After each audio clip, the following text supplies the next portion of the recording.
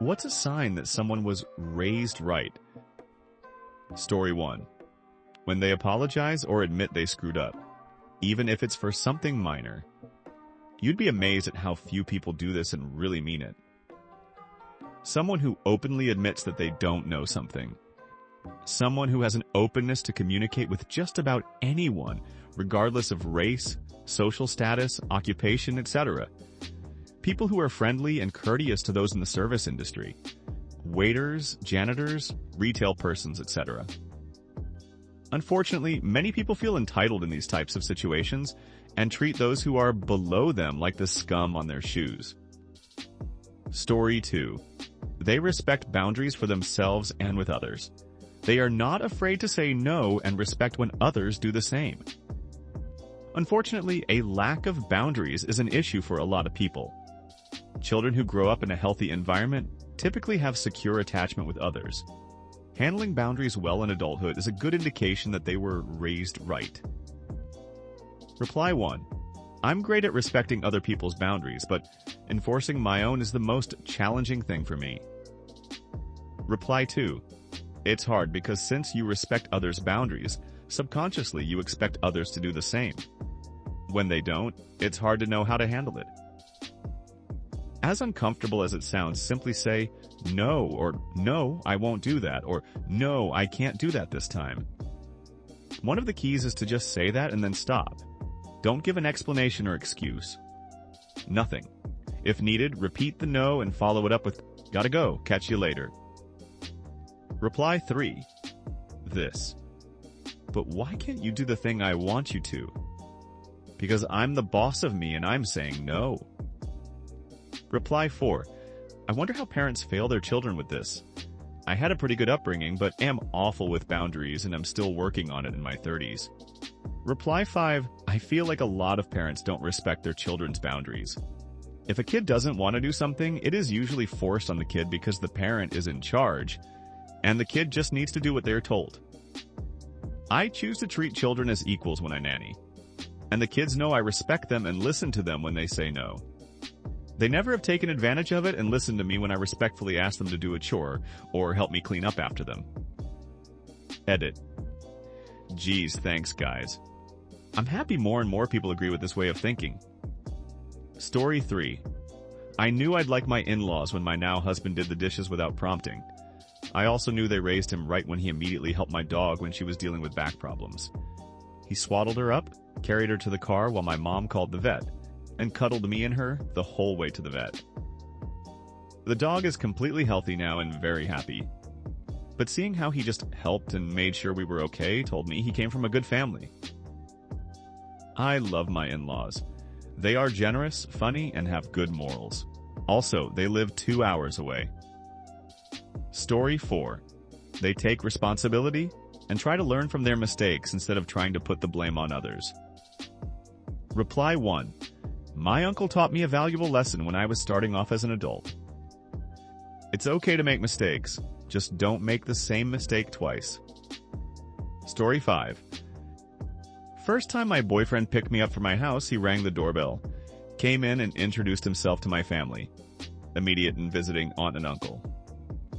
After dating guys for years who just text, I'm outside, it was refreshing and I immediately knew he'd been raised right. Hasn't proved me wrong yet, either. Reply 1. IDK seeing parents is a pretty big deal. I don't think anyone wants to see parents on the first date, ESP, if it's unclear if it's serious. Reply 2. I know right. Had someone come over for a one-night stand? Well, this particular night happened to be the night before my birthday. So my grandparents surprised me by showing up, and my parents wanted to be giving me presents.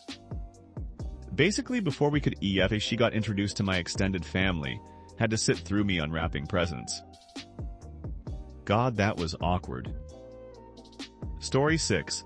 Kids that stay close to their parents in public places without causing a ruckus, or looking like they have just been beaten, or about to. Reply 1. There are 5 kids in my family, and people were always commenting about how well-behaved we were. We never understood why people thought it was a big deal, but now I know it's 100% because Mom followed up on her threats. We knew that if one of us started crap, Mom was going to take us all home. Immediately. No questions, no arguments. I think each one of us tested that resolve. Once. Reply 2. I fixed this with my eldest when she was about 3. Wandered off when told not to. I move and get 20 behind her without being spotted. I follow her through the store as her fear and panic builds that she can't find Dad. Pick her up 30 seconds before she goes into full meltdown. Wipe her tears and ask her to stay close when I ask. 'Cause I don't want to lose her. Never did it again. She's a teenager now and still makes sure I know where she's going. I call that a win. Your mileage may vary. Reply 3. My son might need this. He's a little too fearless. Don't listen to the naysayers. People are gonna judge. This worked out well for you and your kid. High five, Dad. Reply 4. Didn't work with the younger daughter. Cunning little brat spotted me in a mirror. Logic works on her, though. Go figure. Story 7. Holding doors open for other people, SPX if they're carrying something. Saying please and thank you when appropriate. Reply 1. Not gonna lie, but I'm guilty of the second one. Stranger. Holds door open for me. Me. You're welcome. My mind. Fuck. Not again. Story 8. They won't take the last serving of something served family style. Instead, they divide it in half repeatedly until the remainder is at a molecular scale. Reply 1. My husband is very particular about this. It used to make me nuts. Just eat it. He also always offers me a bit of his snack or whatever. However, it's actually very gratifying that my children always ask before taking the last serving of something if anyone else cares for it, had gotten a serving, or would like to share the serving. So, I guess it paid off. It was just annoying for the years that it was just the two of us, and I'd make 1 serving for myself and 2 for him, and then I'd have to refuse his second helping. At least twice before he'd eat it. Laugh out loud. Reply 2. My husband and brother-in-law will eat almost all of something and leave the last one. A batch of cookies will be gone very quickly. Except that very last one. They never like eating the last one. Apparently when they were growing up, whoever ate the last one got blamed for eating all of them. Even if the other person ate 90% of them. Whoever ate the last one was the person responsible for eating all of them. Story 9. This reminded me of when I went to go visit my cousin in California, and he was just taking me around LA, showing me the city and whatnot. All the cool touristy things. Then we turn onto a road and he sees a car parked on the shoulder with its 4 ways on and 2 women standing outside of it. He immediately pulls over in front of them, gets out and asks them if they need any help at all or if they need to use his phone to call someone. They politely said no, and he got back in and we left. Even as a Canadian, I was taken aback by his random act of kindness. Love my cousin. Story 10.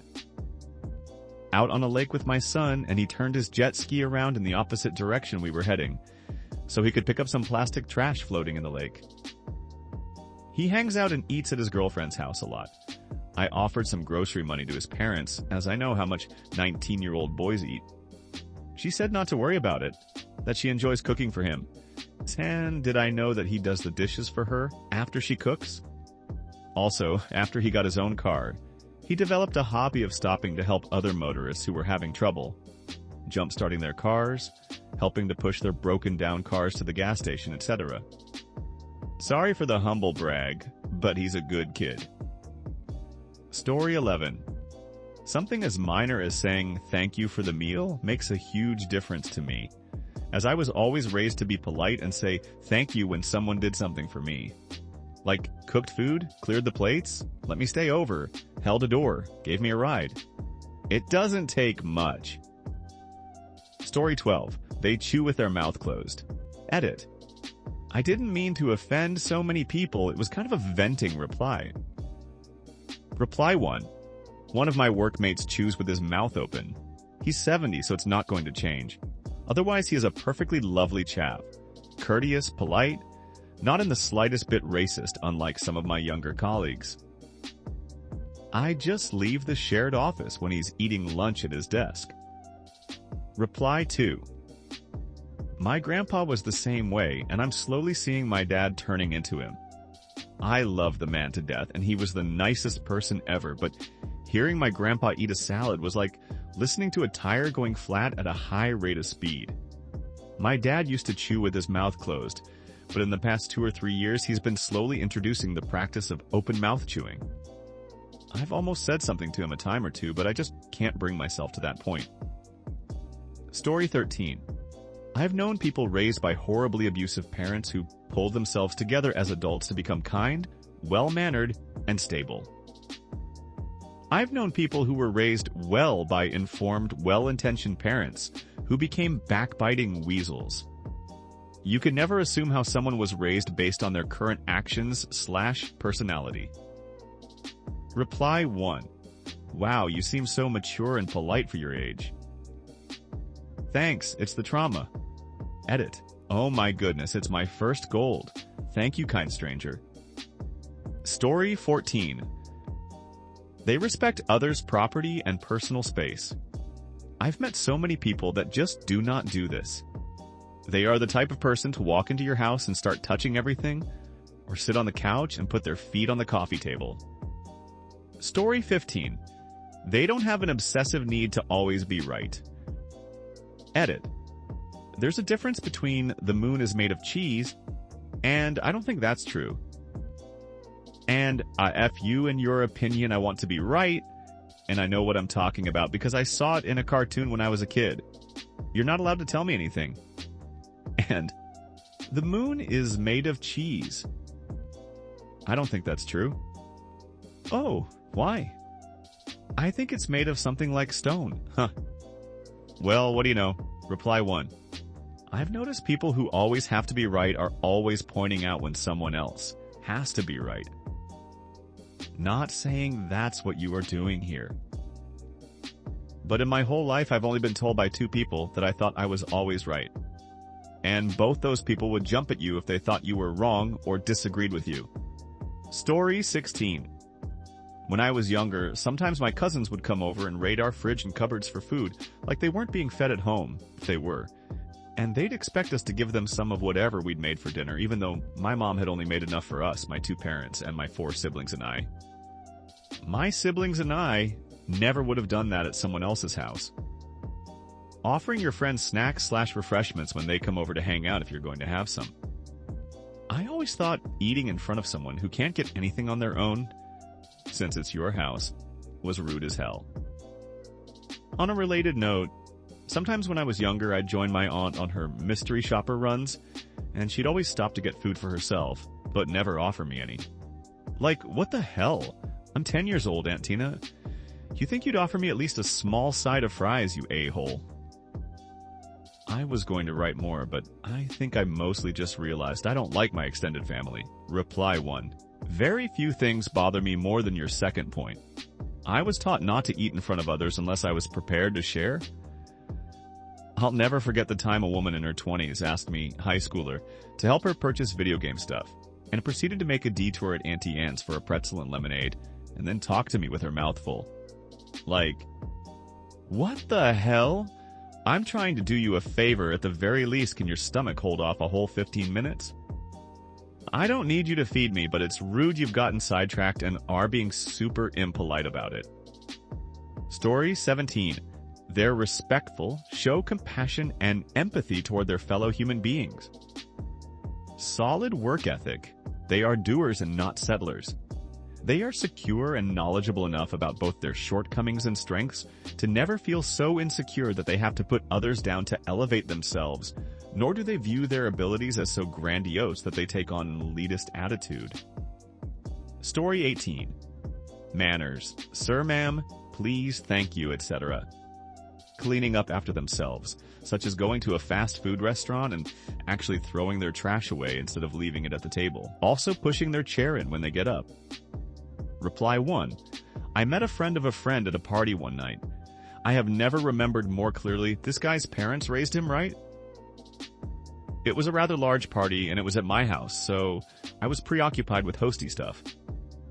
This guy was going around periodically taking people's empties, pouring out the partials of people who had left, all the while being very well-mannered and friendly.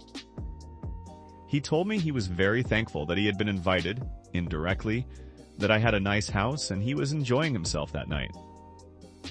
At this point, I just thought, oh, what a nice guy, I'm glad he's having fun. He was both friendly and remarkably polite. The thing that really sealed it came about towards the end of the night, though.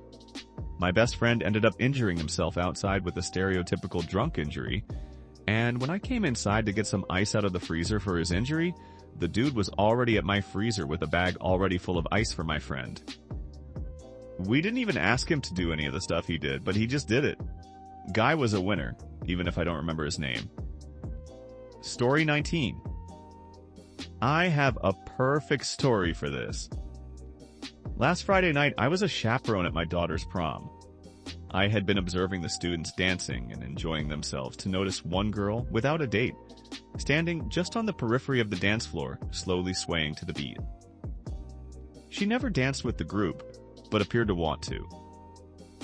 The last slow dance of the evening started, and to my heartwarming joy, a college-aged young man, a brother of one of the students, walked confidently over to her, politely asked her to dance, and focused on her the whole song. At the end of the song, he bowed and stepped away, all with cool grace. Never once was he bothered or seemed to be focused on anything other than her enjoyment at that moment. He was raised well. Story 20. A big thing for me is helping out when you can.